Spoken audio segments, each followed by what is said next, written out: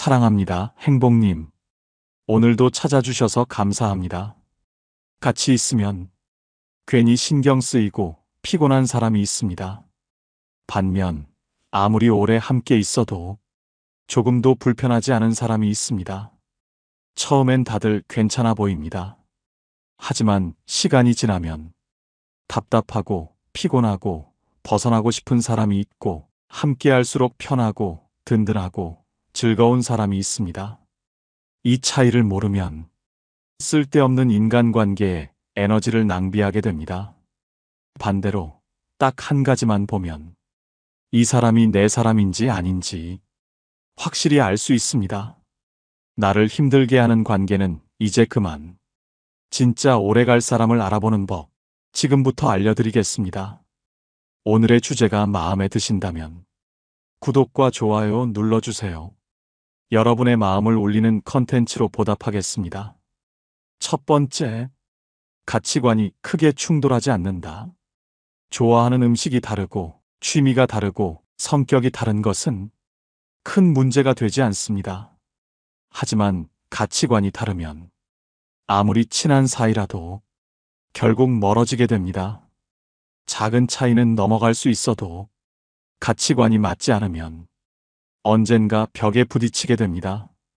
인생에서 무엇을 중요하게 생각하는지, 어떤 태도로 세상을 살아가는지, 이런 것들이 다르면 어느 순간부터 대화가 더 이상 이어지지 않습니다.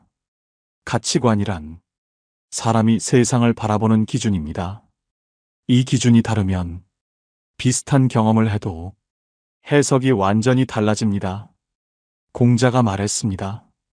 길이 다른 사람과는 함께 걸을 수 없다. 가치관이 맞지 않는 관계는 처음엔 잘 맞아 보이지만 시간이 흐를수록 조금씩 틀어지기 시작합니다. 예를 들어보겠습니다. 두 사람이 친구가 되었습니다. 하나는 돈보다 행복이 중요하다고 생각하고 다른 하나는 돈이 곧 행복이라고 생각합니다. 처음엔 별 문제가 없습니다. 하지만 시간이 지나면서 한 명은 돈 벌 궁리만 하지 말고 마음의 여유도 좀 가져. 다른 한 명은 돈 없이 어떻게 여유를 부려? 이렇게 대화가 엇나가기 시작합니다. 처음엔 서로 설득하려 하지만 나중엔 점점 피곤해집니다. 결국 대화는 피하게 되고 관계는 멀어집니다. 가치관이 맞지 않는 사람과 있으면 자신을 계속 설명해야 합니다. 나는 이렇게 생각하는데 너는 왜 그걸 이해 못해? 이런 대화가 반복되면 관계는 점점 지쳐갑니다. 반면 가치관이 비슷한 사람들은 같은 상황에서 비슷한 선택을 합니다. 같은 일을 겪어도 느끼는 감정이 비슷합니다. 예를 들어 두 사람이 함께 여행을 갔습니다. 하나는 새로운 경험을 중요하게 생각하고 다른 하나는 돈을 아끼는 게 중요합니다.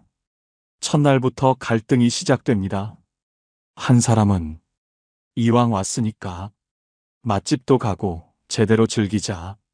하지만 다른 사람은 돈 아껴야지 편의점 가자. 이런 일이 반복되면 처음엔 참을 수 있지만 나중엔 피로가 쌓입니다. 같이 다니는 게 즐거운 일이 아니라 견디는 일이 되어갑니다. 심리학에서는 이를 가치관 정렬 효과라고 합니다. 가치관이 맞는 사람과 함께하면 갈등이 줄어들고 관계가 오래 지속됩니다. 돈을 어떻게 쓰는지, 가족을 얼마나 중요하게 생각하는지, 도덕과 윤리에 대한 기준이 비슷한지, 이런 것들은 결국 사소한 문제가 아니라 관계를 유지하는 근본적인 기준이 됩니다. 같이 웃고 즐길 수 있는 관계는 많습니다. 하지만 인생의 중요한 순간마다 같은 방향을 보고 있는 사람은 그리 많지 않습니다. 아무리 잘 맞아 보여도 가치관이 다르면 언젠가는 피로해집니다. 반대로 가치관이 맞으면 작은 차이는 충분히 넘어갈 수 있습니다. 같은 방향을 바라볼 수 있는 사람, 삶을 살아가는 태도가 비슷한 사람, 그 사람이 바로 진짜 내 사람입니다. 두 번째, 같은 상황에서 비슷한 감정을 느낀다. 같은 장면을 보고도 어떤 사람은 감동하고 어떤 사람은 시시하다고 합니다.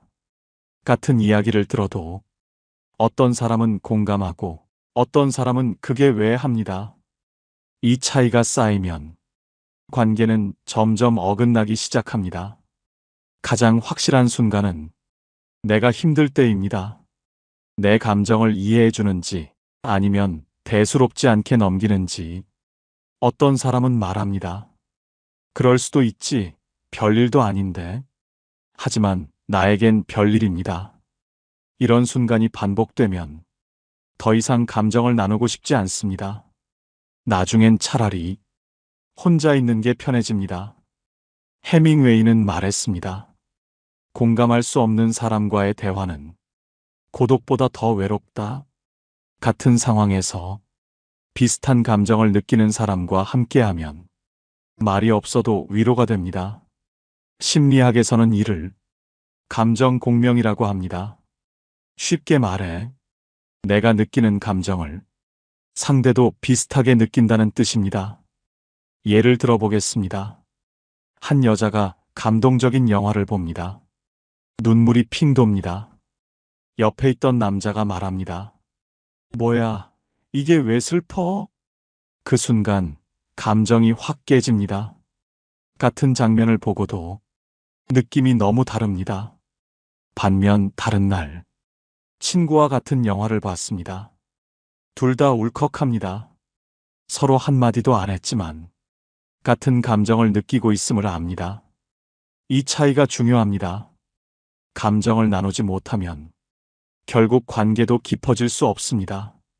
같은 곳에서 웃고, 같은 곳에서 감동하고, 같은 곳에서 분노할 수 있는 사람. 이런 사람과 함께하면 대화가 편안하고 관계도 자연스럽게 깊어집니다.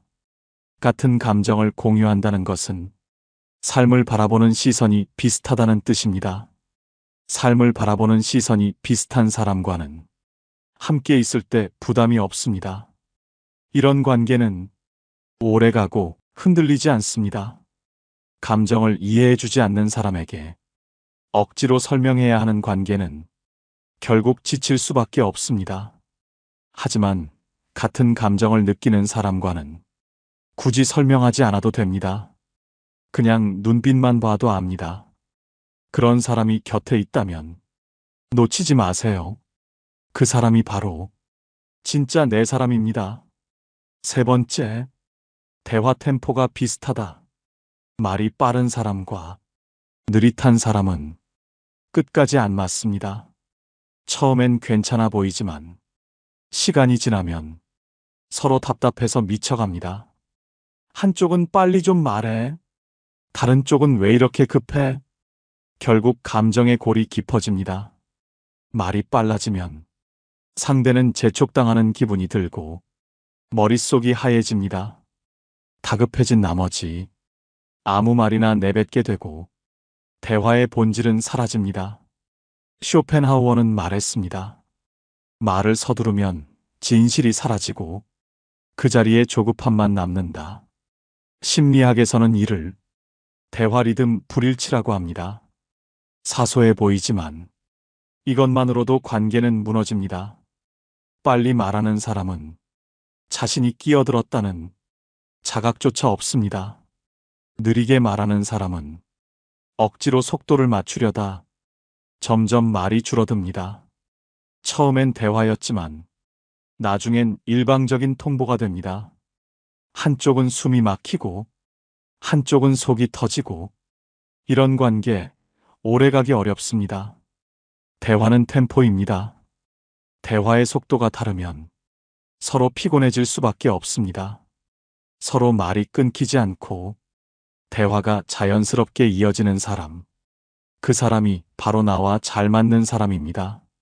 말이 잘 통하는 사람과 있으면 머릿속이 맑아지고 대화할수록 편안해집니다. 플라톤은 말했습니다. 대화는 단순한 말이 아니라 두 영혼의 리듬이다. 대화가 편한 사람과 함께하면 신뢰가 쌓이고 갈등이 생겨도 쉽게 풀립니다. 대화가 불편한 관계라면 이미 틀린 관계입니다. 말을 할 때 눈치 보지 않아도 되는 사람. 그 사람이 바로 진짜 인연입니다. 네 번째, 유머 코드가 맞는다. 웃음은 가짜가 아닙니다. 억지로 맞출 수도 없습니다. 웃긴데 안 웃기는 척할 수 있어도 안 웃긴 걸 진짜로 웃을 순 없습니다.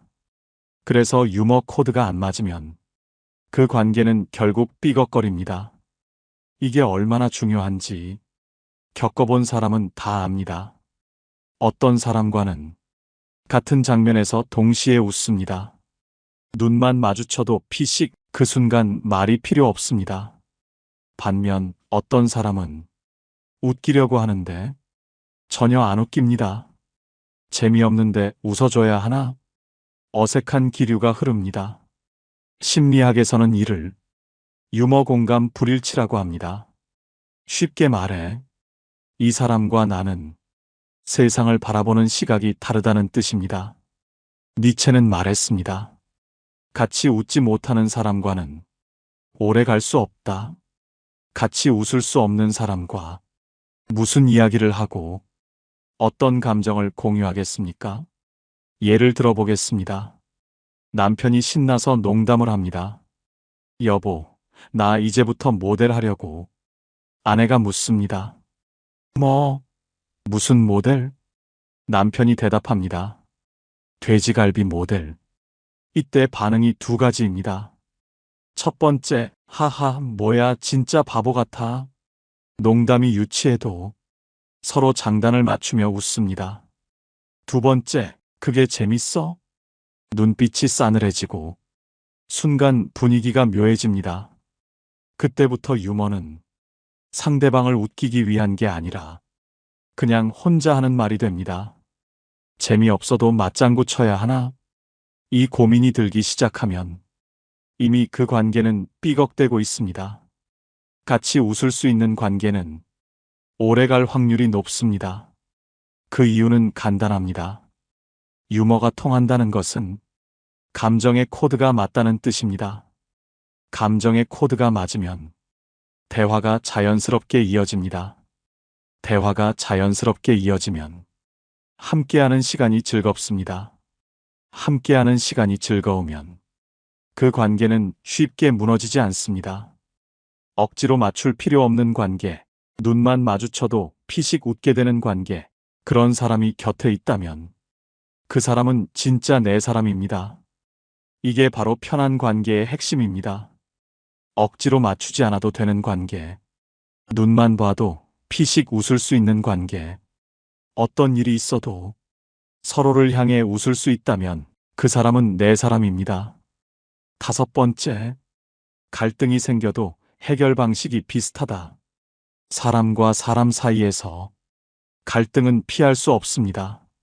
하지만 중요한 것은 그 갈등을 풀어가는 방식입니다.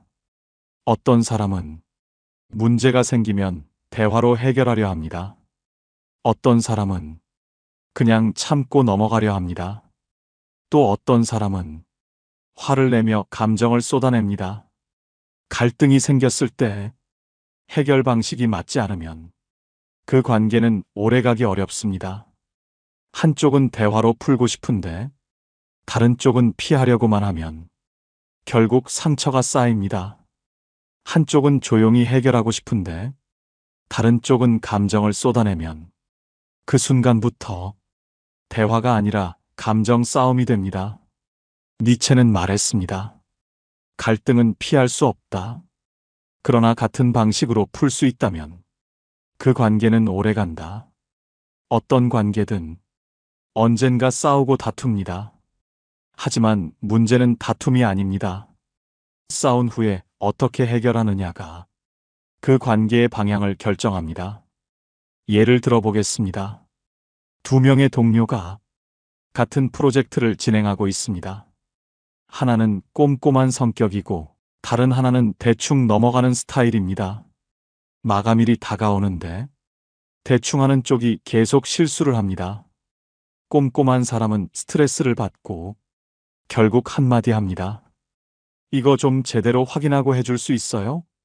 그러자 상대는 그냥 넘어가도 될 문제를 왜 이렇게 예민하게 구는 거예요?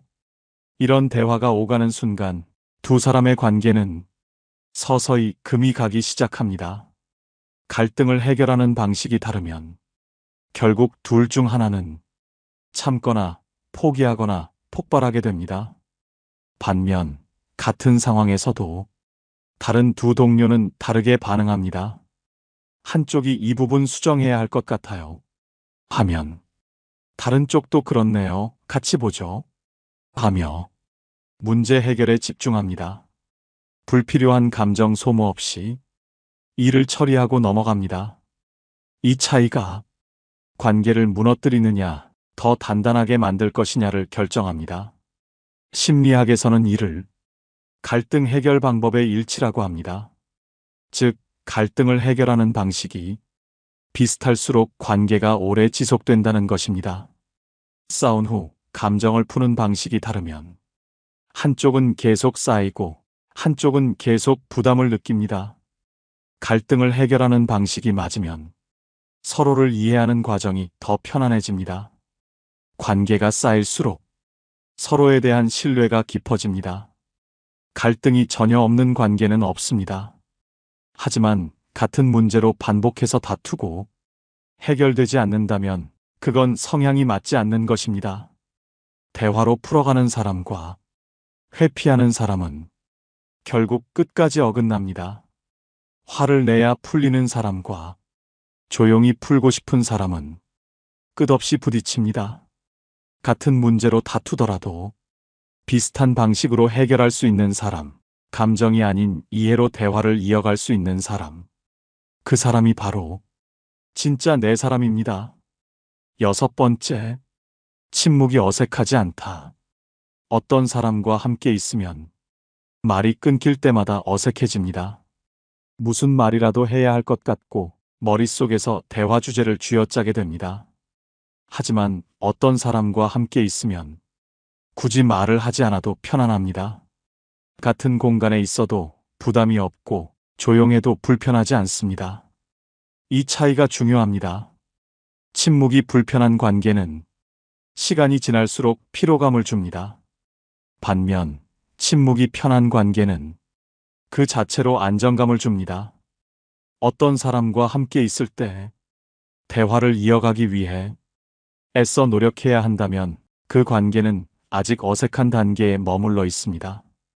혹은 이미 마음이 멀어진 상태일 수도 있습니다. 사람들은 보통 침묵을 불편하게 느낄 때 억지로 말을 만들어냅니다. 상대가 나를 지루해할까봐, 불편해할까봐 괜히 농담을 하거나 쓸데없는 말을 던지기도 합니다. 철학자 장폴 사르트르는 말했습니다. 불안한 관계일수록 침묵이 아니라 소음이 채운다. 같이 있는데도 끊임없이 무언가를 말해야 한다면 그것은 관계가 아니라 서로를 지켜보는 시험일지도 모릅니다. 반대로 침묵이 편한 사람과 함께하면 불필요한 말을 할 필요가 없습니다. 서로 핸드폰을 보고 있어도 각자 할 일을 하고 있어도 아무런 부담이 없습니다. 심리학에서는 이를 정서적 안전감이라고 합니다. 즉, 말을 하지 않아도 상대가 나를 불편해하지 않을 거라는 확신이 있는 관계입니다. 예를 들어보겠습니다. 한 부부가 주말 아침 각자 책을 읽으며 커피를 마십니다. 아무 말 없이 각자 시간을 보내지만 어색하지 않고 오히려 편안합니다. 이런 관계는 서로의 존재만으로도 안정감을 주는 관계입니다. 반면 어떤 부부는 같이 있으면서도 대화를 계속 이어가야 합니다. 말이 끊기면 어색하고 무언가 잘못된 것 같은 기분이 듭니다. 침묵이 불안해지면 그 관계는 이미 틀어지기 시작한 것입니다. 침묵이 불편한 관계에서는 대화를 끊기지 않게 유지하려고 노력해야 합니다. 그 자체가 부담이 되고 결국 상대와 함께하는 것이 점점 피곤해집니다. 하지만 침묵이 편한 사람과는 가만히 있어도 좋습니다. 조용한 순간에도 서로의 존재가 부담이 되지 않습니다. 이런 관계는 진짜 가까운 사이에서만 가능합니다. 서로 신경 쓰지 않고도 편하게 있을 수 있는 사이. 같이 있어도 조용한데 전혀 불편하지 않은 사람. 그 사람이 바로 진짜 내 사람입니다. 마지막으로 여러분께 꼭 드릴 말씀이 있습니다. 우리는 살아가면서 수많은 사람을 만나지만 결국 남는 사람은 많지 않습니다. 부모, 자식, 친구까지 포함해서 진심으로 나를 이해해주는 사람, 딱 3명만 있으면 충분합니다. 누군가와 오래 알고 지냈다고 해서 평생 함께할 수 있는 건 아닙니다. 하지만 반대로 진짜 내 사람은 시간이 지나도 변하지 않습니다. 애써 맞추지 않아도 편안하고 침묵 속에서도 어색하지 않고 어떤 순간에도 서로를 있는 그대로 받아들일 수 있는 사람. 그런 사람이 곁에 있다면 그게 바로 인생의 가장 큰 복입니다. 너무 많은 관계에 에너지를 쏟지 않아도 괜찮습니다. 진짜 내 사람, 그 몇 명만으로도 삶은 충분히 따뜻해집니다. 여러분 곁에는 그런 사람이 있나요? 그리고 여러분도 누군가에게 그런 사람이 되어주고 있나요? 살면서 나를 알아주는 단세의 사람, 그 사람들과 함께라면 그것만으로도 인생은 충분히 아름답습니다. 여러분 곁에는 이런 사람이 있나요? 그 소중한 인연이 있다면 댓글로 소개해 주세요. 여러분의 이야기가 누군가에게 따뜻한 위로가 되고 더 좋은 관계를 맺는 작은 계기가 될지도 모릅니다. 오늘 영상이 도움이 되셨다면 소중한 분들께 공유해 주시고 구독과 좋아요로 저를 응원해 주세요. 여러분과의 소중한 연결이 저에게 큰 힘이 됩니다. 오늘도 여러분의 행복을 빕니다. 이상으로 행복 주문서였습니다.